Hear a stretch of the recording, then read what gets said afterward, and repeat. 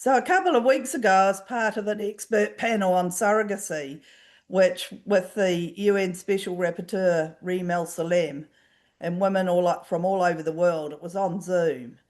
And I got invited to participate because the Women's Declaration International New Zealand and Women's Rights Party, we did a joint response to their call that was put out because the Special Rapporteur is preparing a report on surrogacy that she's going to present to the UN General Assembly in early October. And it sounds like a big deal, and indeed it is, because out of this process could become recommendations for international action to curb or ban the trafficking of women and babies through the surrogacy industry, which, of course, at the heart of it internationally is about renting wombs and buying babies. So there was about 30 panelists from all over Europe and South America, the UK, Australia, and most of them were opposed to surrogacy as a form of exploitation of women and children. The exception was a man from an Australian group called Rainbow Families, who has a 4-year-old girl with his partner through surrogacy. And he explained that while he was in the meeting, his daughter was with her other dad in ballet class, that I'm sure other dad is thought to be very stunning and brave. Anyway, we discussed celebrity surrogacy and the glorification of, what's the deliberate act of taking a baby from its mother to satisfy career ambitions and personal preferences and the need for status symbols. And of course, there are very well-known celebrities who have had children by surrogacy. Some of them have had 2 or more surrogate-born children, and many of them are single male parents or gay male couples and aged in their 50s or beyond. So social reasons, including celebrity influences, was identified as a factor in the big increase in surrogacy. The topics for discussion were divvied up 1 hour at a time, the first being the children's right to know and be cared for by their parents, including a child's right to information on being born through surrogacy. In our policy, the Women's Rights Party, we say that children are not a commodity to be handed over as part of a transactional arrangement, and thus we support our country's ban on commercial surrogacy. I reported that the New Zealand government has been considering new surrogacy arrangements since 2021 under the then Labour government, and the proposed legislation aimed to simplify surrogacy processes and establish clear mechanisms to enforce surrogacy arrangements. We've strongly opposed that original Labour bill because it didn't protect either the interests of the birth mother or the baby, and failed to recognise that even in utero, an unborn baby is already interacting with her or his birth mother physically and psychologically. But this new revised bill at least now puts the surrogate-born child at the centre, which has come out of the Law Commission looking at the original bill. And so one thing that we do have is that the children, all of those actually involved in the surrogacy arrangement, have the opportunity to learn about the genetic and gestational origins and whakapapa. So, but there is a mechanism to allow them to access that information in the future, but it's restricted. It's on a restricted part of the Register of Births, Deaths and Marriages. So it's proposed in the revised bill that until the birth mother of a surrogate-born baby relinquishes her legal parentage of the baby, she's the sole parent and guardian of the baby. However, in the case of an approved surrogacy that happens through a surrogacy service, like a fertility provider services, it's proposed that the intending parents, commissioning parents, could be additional guardians of the baby until the parentage of the baby's transferred, and that to us seems inconsistent with the time period that's provided for the birth mother to fully consider her decision. So the second question we're asked to consider is the question of consent of a surrogate mother and to what extent, under what conditions it can be free and informed. So New Zealand law does not currently afford any automatic rights to the intending parents of a baby born of surrogacy.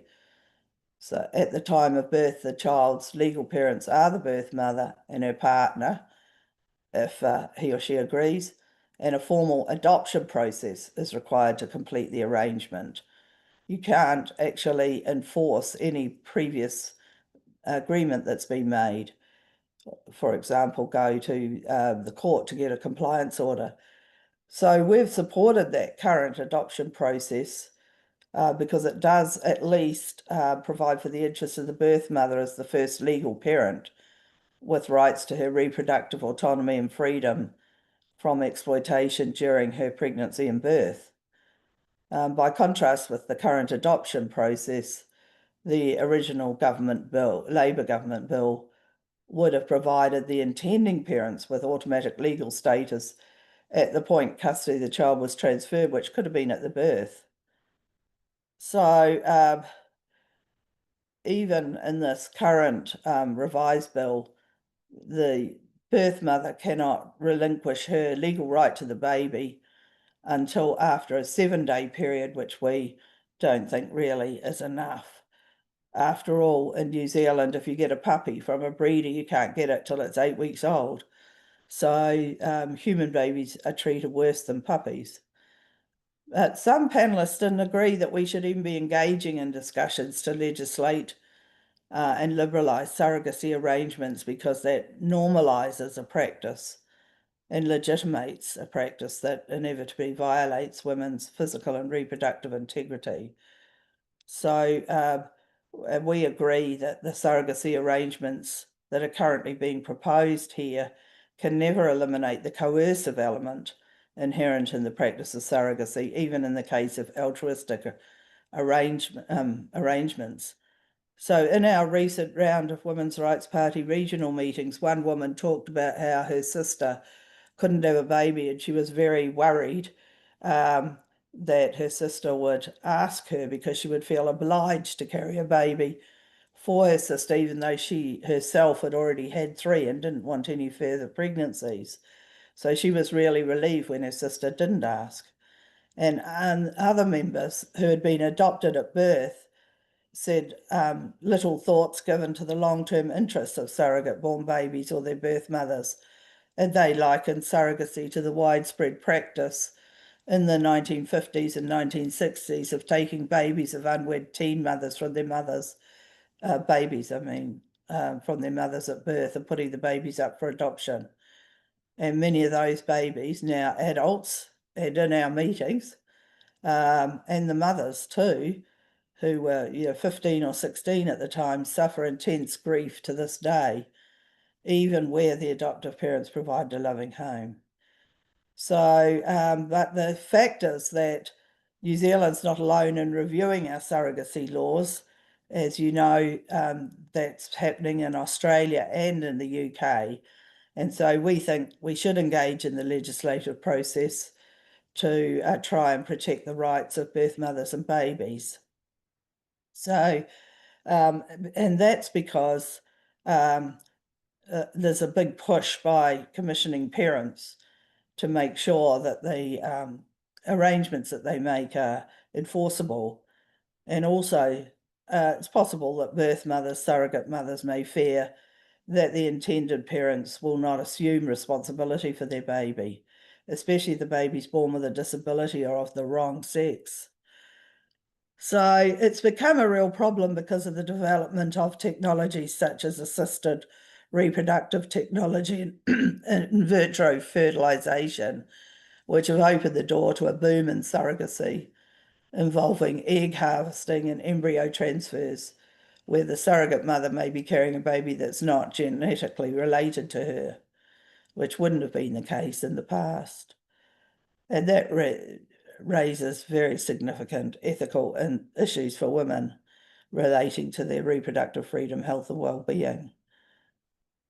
So the third topic we were asked to consider was policy recommendations for the report. And there was at time heated debate as we discussed abolition of surrogacy, with some suggesting criminalising the commissioning parents, similar to the Nordic model of criminalising buyers and prostitution. I got the impression, though, that most supported bans on international surrogacy from countries like New Zealand, where commercial surrogacy is illegal.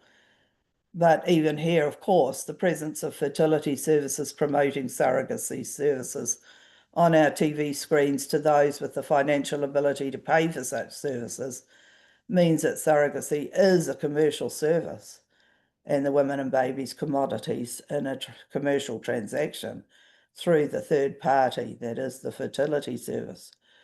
It was good to hear from the Spanish and Italian panelists who reported that surrogacy is illegal in both of their countries, and in fact, several EU countries prohibit surrogacy, but of course, citizens routinely skirt the ban by hiring surrogates in foreign countries and registering the children abroad.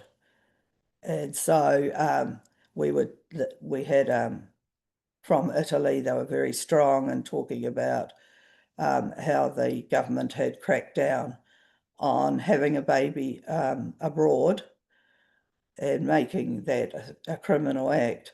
And Amparo will know that surrogacy has been prohibited in Spain since 2006, but recently the Spanish government has banned its embassies from registering children born through surrogates in foreign countries. So in New Zealand, the authorities do warn that international surrogacy is a real problem, and we have a process by which children born through international surrogacy don't automatically meet the requirements of citizenship in New Zealand, and even if there's a genetic link between one or both of the intending parents. And the child will in most cases only have temporary immigration status in New Zealand until such time as an adoption process has been completed. So the argument was made that it was up to countries with stronger regulations to take action to ban their citizens from accessing surrogacy in permissive countries, as Spain and Italy have done.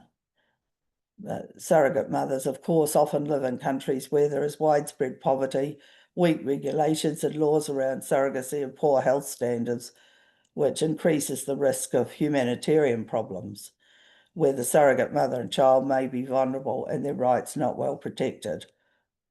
So just to conclude, having a baby, of course, via surrogacy is not a human right. I think that point was really clearly made. There is no societal duty to provide babies to those who cannot have their own children, and certainly no requirement on poorer countries to provide babies for citizens of wealthier nations.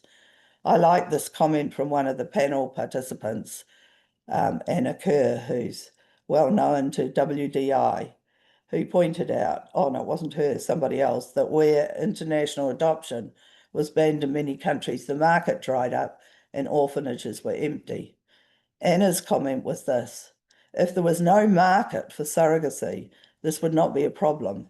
We need a public health campaign raising awareness of the unique importance of the attachment between a mother and child, the significant risks of child sex abuse, and the important safeguarding role played by mothers in keeping children safe.